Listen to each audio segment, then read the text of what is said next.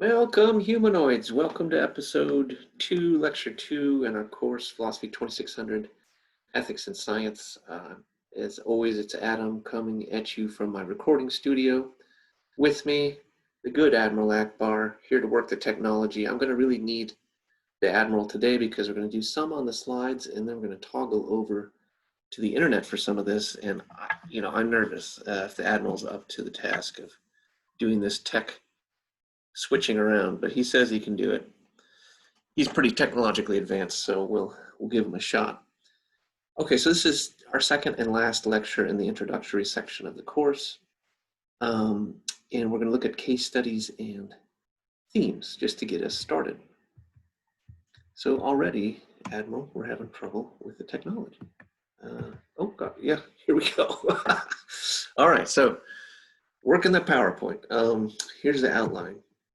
So why case studies? Some people might approach this course by starting with universal rules or principles or something. I want to use a bottom-up approach. And you don't really have to know these fancy terms, but just to kind of cover my butt that this is philosophically legitimate, what I'm doing is something like inductive or analogical or casuistic reasoning here. These are different kinds of reasoning or ways into thinking. They're all kind of a bottom-up approach. You start with something particular, something unique, and then you start thinking, what's similar in this case to another case? And if you think about it, one of the reasons I want to do this is not only is it just we can start with interesting, unique things, but it's this kind of reasoning is actually central to ethics or moral reasoning. One of the ways to think about justice, for example, is to treat likes alike. So if you have one case, what was fair in one case should be fair in a similar case. And the reasoning you're doing, and this happens in the law a lot, is you're trying to say, well, what's similar about this case to the other one and what's different about it? And from that form of reasoning, you sort of work your way up to a general principle, maybe about ethics or justice. It's also this analogical reasoning is part of the imagination going on with science. And I think the imagination is part of the methods of science. The famous example is Newton sitting under the apple tree and an apple falls on his head.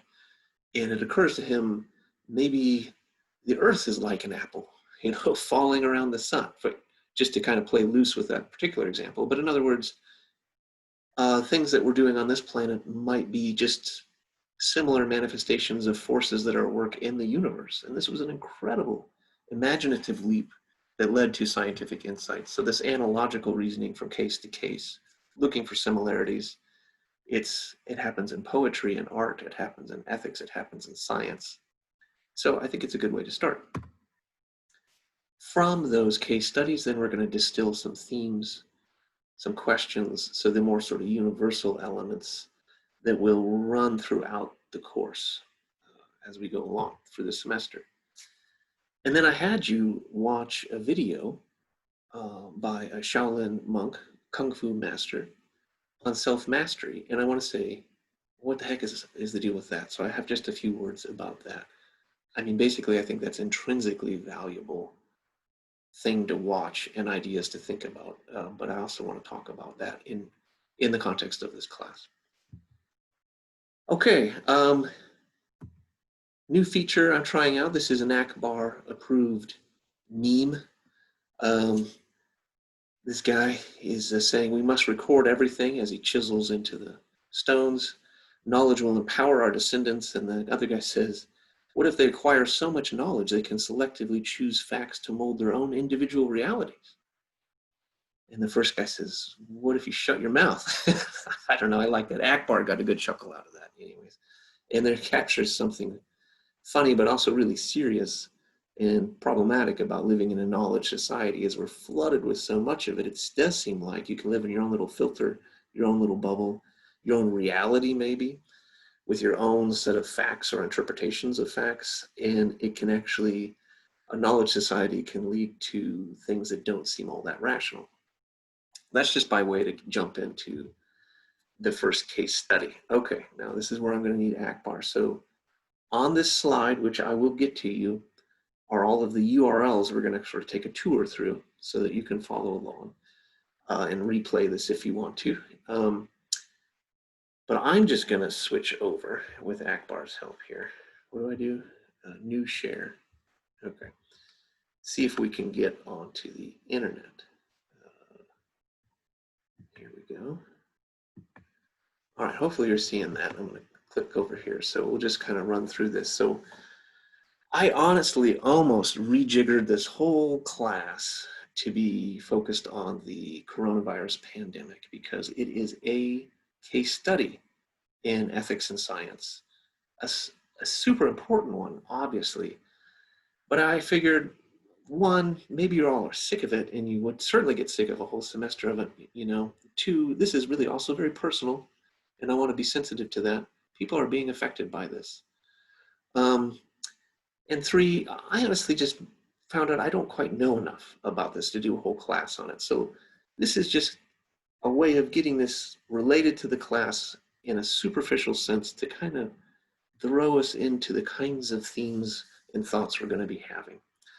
And the pandemic, you know, you think about it, this is all science in some way because it is a virus, right? What is a virus? A virus is something that science tells us exists. And it's affecting immune systems, which is something that science has characterized for us. And people's oxygen levels are a concern. What is oxygen is something that science tells us exists. So in other words, the metaphysics, the ontology, the reality, the furniture of reality is all science-based in a way that it wouldn't be, say, when the bubonic plague was kicking around in medieval Europe and the Catholic Church was trying to figure out what kind of demon this is, or, you know.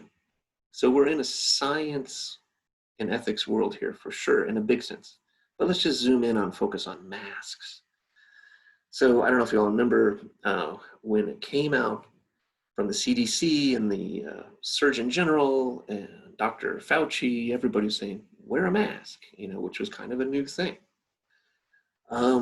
This is a CDC site that kind of goes through, it was updated since they first put it up, about, you know, why do masks work, why should we wear them, and at the bottom, it's got some studies about the effectiveness of masks. And one of the things I wanted to say is, you know, if you didn't read all those studies and you just heard the CDC, oh my gosh, Akbar just fell over. You hear the CDC say wear a mask and then you just started wearing a mask, you are not a sheep. Okay, at least let me make that as a hypothesis. It's like your doctor saying, take this antibiotic, and you didn't read all the medical scientific studies about the antibiotic. You're not a sheep.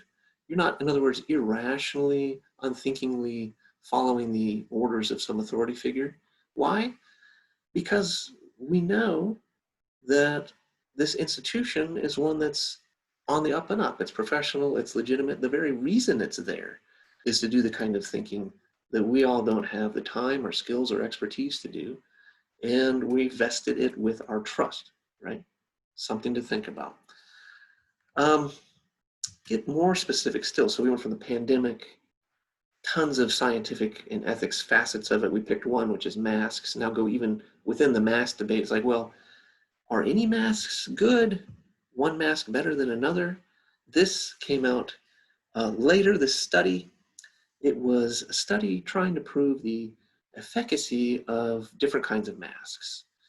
And it did not attempt to prove this with a large volume, high-end study of a lot of people. It was just trying to set up a method that other people could then go use with larger studies to determine how well different masks work. But they did find with their limited study that neck gaiters, you know, the kind you can wear around your neck and you pull up over your face, is really popular with runners. The thing I liked to wear, they said neck gaiters are bad.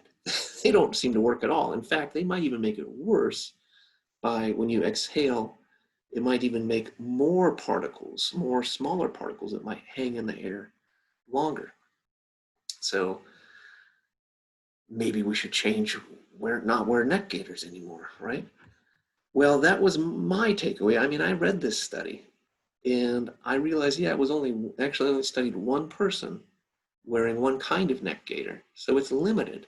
But in my mind, it was sufficient evidence that the burden of proof now is on somebody else who wants to say, no, actually neck gaiters are fine. So that's the way I thought about the ethics of this. And so now I'm not going to wear my neck gaiters anymore. I got to go and buy a cloth mask.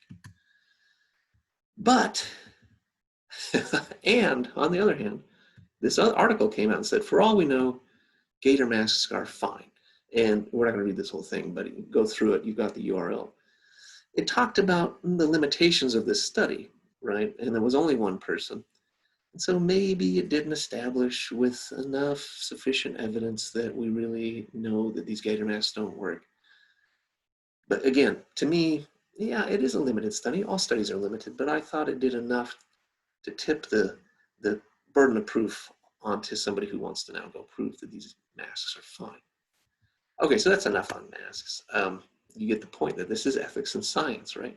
Let's switch to schools.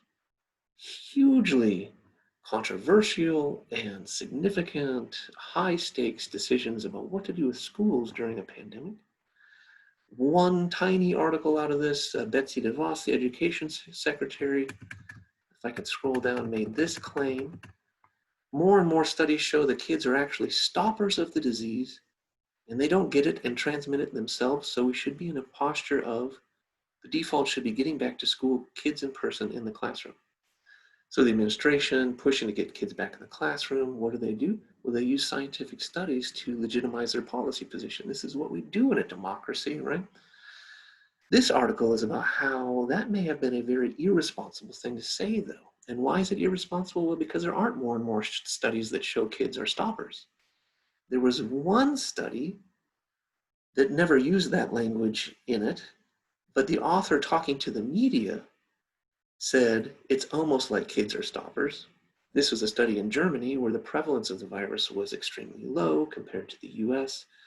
And the author of the study in subsequent interviews said, no, you misunderstand me. I don't really think that kids are stopping the disease.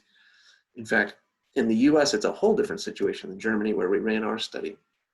So I'm just going to scroll through. Again, you've got this URL. My point isn't to make a systemic study of any of these case studies. It's just to kind of use them. So they thought this was pretty much a lie, or at least misleading. Here's their conclusion. As a cabinet secretary, DeVos has a responsibility to provide accurate information to the public. It's easy to pick and choose medical studies to assert a political point. Remember that first meme about everybody's going to have their own facts to point to. But it's irresponsible to mainly rely on a news account of a report that has not even been peer-reviewed yet, and that concerns a low infection environment like Germany, and is not applicable to the US. There is evidence that children may not get as sick as adults, and younger children especially may not transmit the virus as easily, although that evidence is always evolving in a fast-changing situation.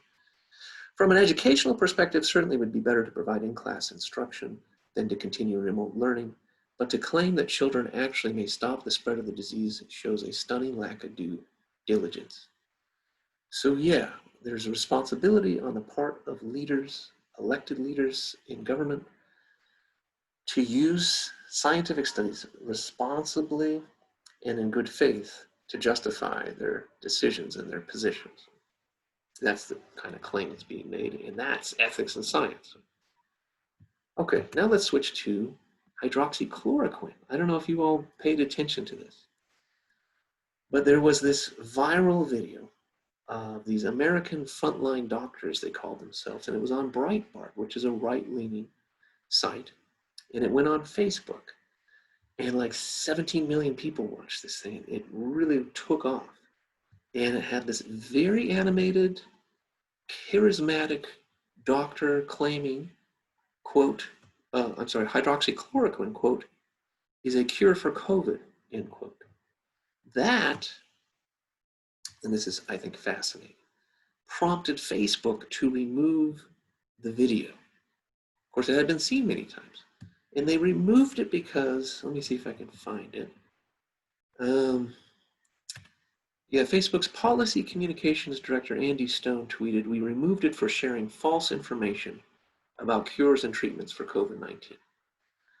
So here's more dimensions of ethics and science now with the media, with social media. Who is a trustworthy scientist? What is a valid claim based on science? And who gets to be the gatekeeper for that knowledge getting out and about? Hugely important question. Follow this one through two more, okay?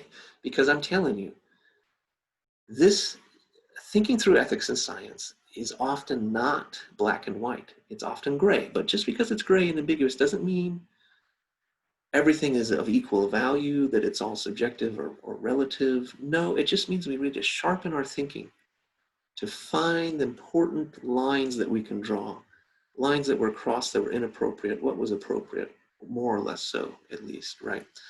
So anyways, on this sort of murky spectrum, look what happened here. Well, I think it was shortly after that video. This is an epidemiologist from the Yale School of Public Health. I mean, it doesn't get more credible than that, right? A professor of epidemiology making a claim that actually hydroxychloroquine works. Okay, so what is it? Is it a quack bunch of doctors? But wait a second, here's this respectable scientist chiming in and saying, no, it works. But then this is an oncologist who knows a lot about epidemiology and has been following it, publishing that no, hydroxychloroquine doesn't work. And I can't believe that this respectable epidemiologist at Yale would write something like that. So I'm going to scroll down, read just a little bit from this one. So he quotes that Risch epidemiologist from Yale. Here's what this author of this article has to say. This far into the pandemic, with double-blind, randomized, controlled clinical trials starting to be published and showing, each and every one of them so far, that hydroxychloroquine shows no benefit versus COVID-19.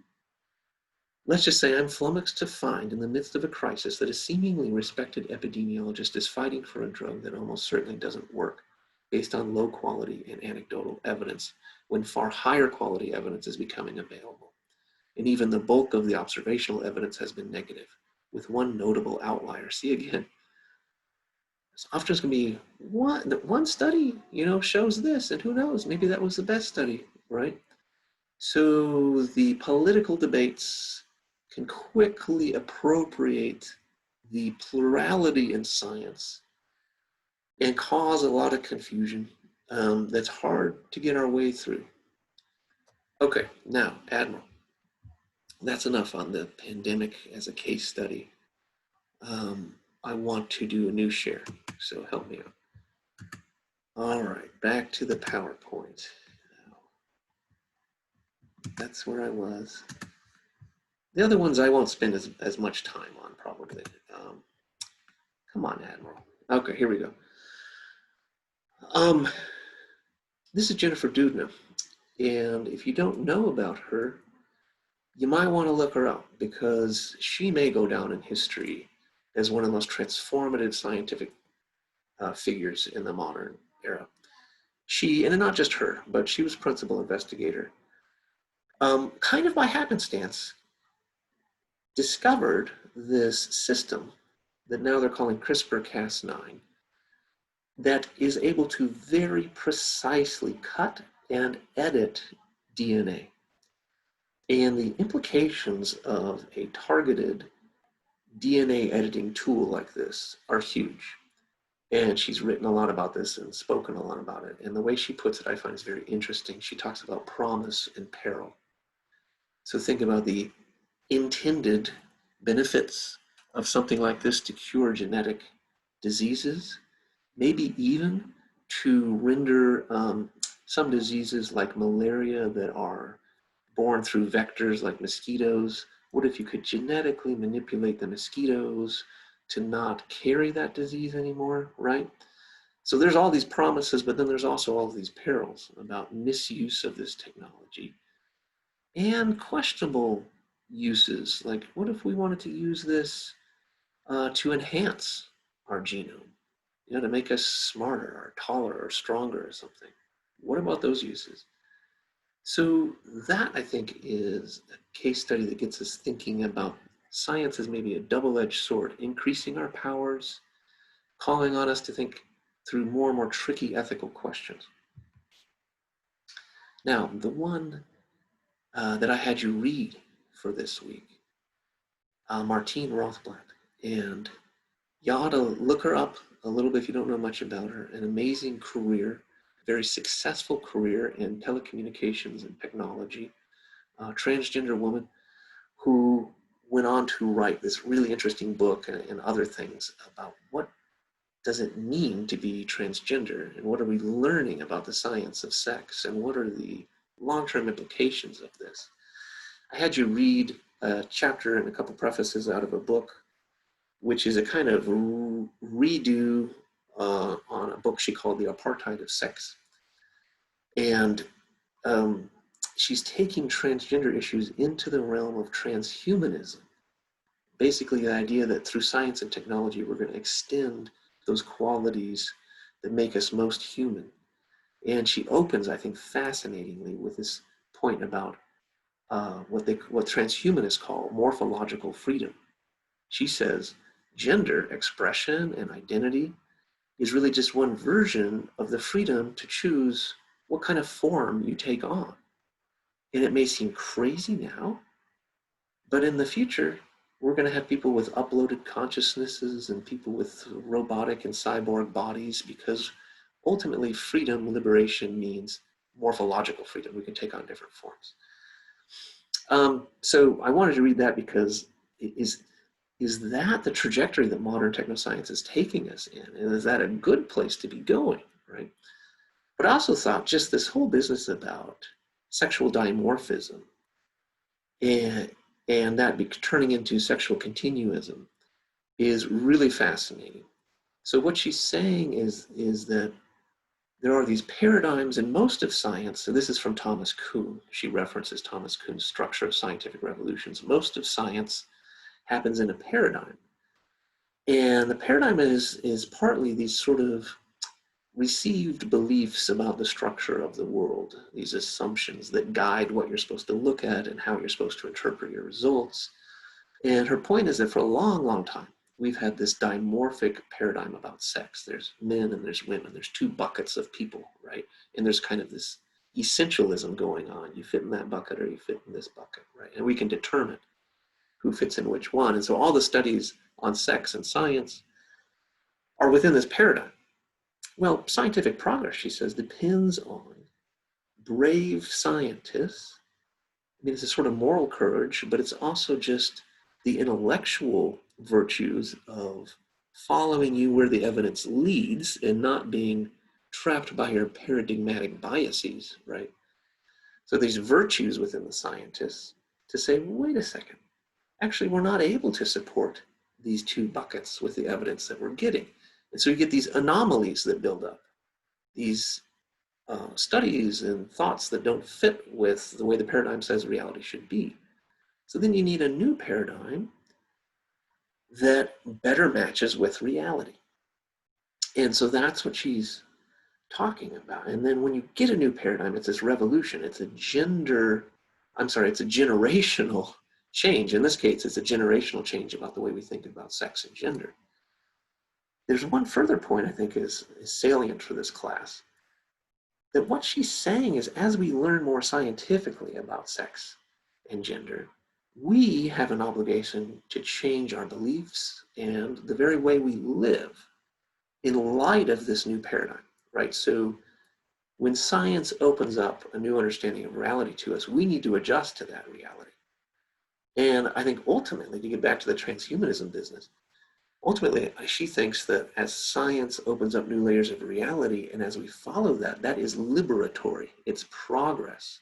That science shakes us out of these old ways of thinking, which were oppressive, which kept people in these buckets based on skin tone or gender, when those were totally social constructs that weren't written into reality. And science shows us that.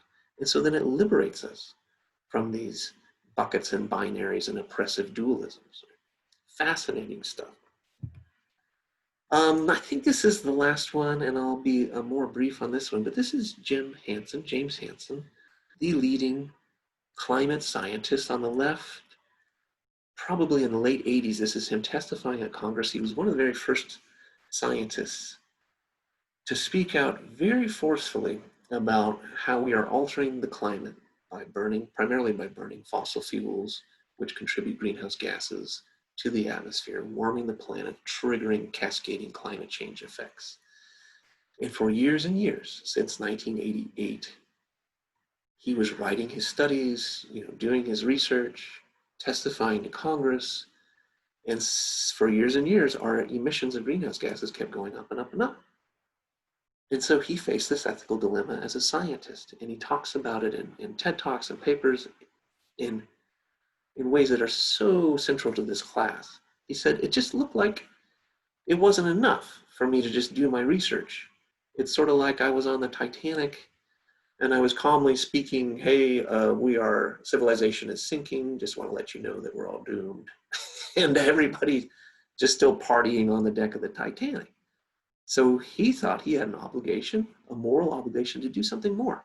And so on the right, you see him actually being arrested at a protest. I don't know when exactly, it was 2017 or so, protesting. He got involved in all sorts of protests against new fossil fuel infrastructure, coal plants, pipelines, because he's saying we just can't do this. It's not the right thing to do. The science shows us the right thing to do, and this isn't it, right?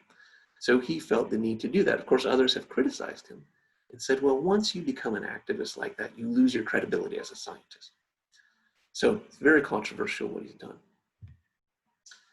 All right, can we distill some themes? So remember, we started with this analogical reasoning, this casuistic reasoning, which just means bottom up. Let's look at the case study a little bit.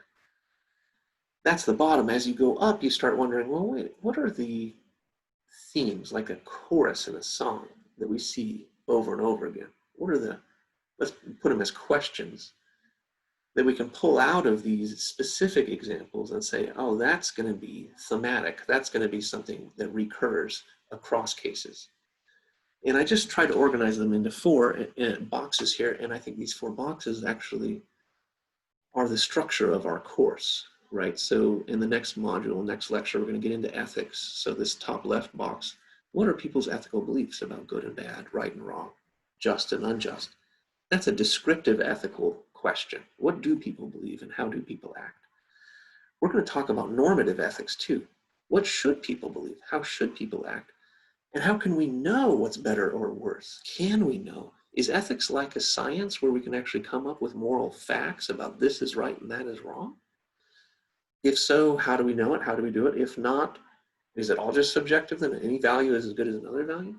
So those are important questions we'll get at. And it ties into how should we change our beliefs in light of scientific knowledge? Right? Clearly that is important. You know something, you got to do something, right? If you know you got to wear a mask, put a mask on. If you know we're altering the climate, we got to change what we're doing. But next box over, what counts as science or pseudoscience, truth or fake? One way to say it is, do I really know that? Right? Can I trust you? Are you trustworthy? Just because you tell me this and I have testimonial knowledge from you, is that good knowledge, right? And if you're telling me lies, how would I know that? And who should we empower to be gatekeepers to tell us what's true and what's not true? Is that a position Facebook should be in, for example? And what are the standards we would apply to determine trustworthy, valid scientific claims about reality?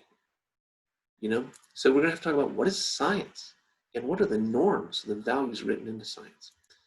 Now, bottom left, let's talk about the community of scientists. What responsibilities do they have? I think about Jim Hansen becoming an activist. That the right thing to do or not? Are scientists just responsible for doing their research and making sure they don't lie and make stuff up? Or are they responsible for the broader impacts of their research? What about the unintended consequences? Jennifer Doudna talking about CRISPR. She wants it to cure diseases.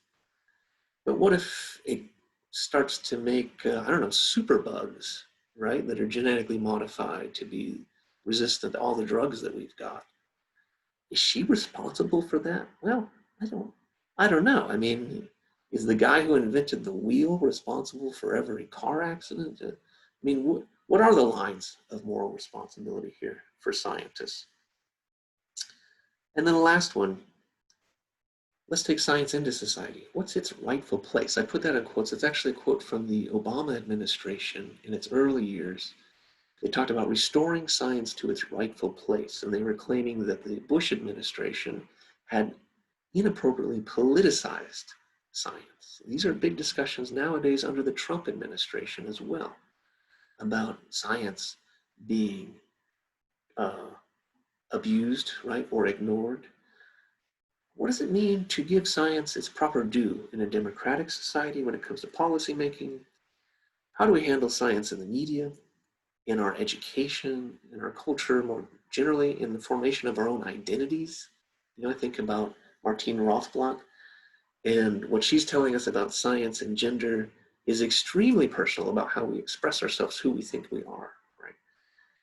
Science with the military, with law, with religion, all of these domains that overlap and contest for space and influence one another. Okay. Last thing is I had you watch Master Shi Hung Yi, who is the top Shaolin master in Europe, give a really nice talk about these hindrances to self-mastery. And there's a lot I got out of it, and I just wanted to share it with you. One, what is your mountain? You know, he uses that story. Everybody is unique. Just because you hear about the mountain I climbed doesn't mean you just climbed your mountain, right? That is such a fundamental feature of the human condition, is our uniqueness. You're the only person who gets born doing whatever it is you're doing, who you are, right? So the kind of knowledge you really need, we talk about how important science is, and it is. But you remember, he talked about being at a university and he learned all of this stuff about science and business and economics and law, but he didn't learn about himself and how to control and master himself, how to make him the very best self he could be. And I want to encourage you to think about that kind of knowledge and treat that as a science, the science of yourself, the science of self-building. Why is it a science? Well, because it has to be disciplined. It can be systematic. It's got to be something you practice and train at. That word, make a practice of it. To me, this is part of a university education. It's not cramming stuff in your head. That's part of it. You do want to learn things, important things to learn. But you're developing yourself here. I think of a liberal arts education as the German word Bildung, which is building up self-development, finding who you are, finding your inner strength, knowing yourself, right? So watch that. Think about those 5 hindrances to self-mastery. Think about which ones you get hung up on and how you handle those and how you might handle them better. Okay, so that's enough for this lecture, for the little introductory kind of launch into this course. Let's get into ethics next time. There's a lot to learn there. Until then, remember what Akbar says, that critical thinking is the greatest weapon the resistance has. And until next time, may the force be with you.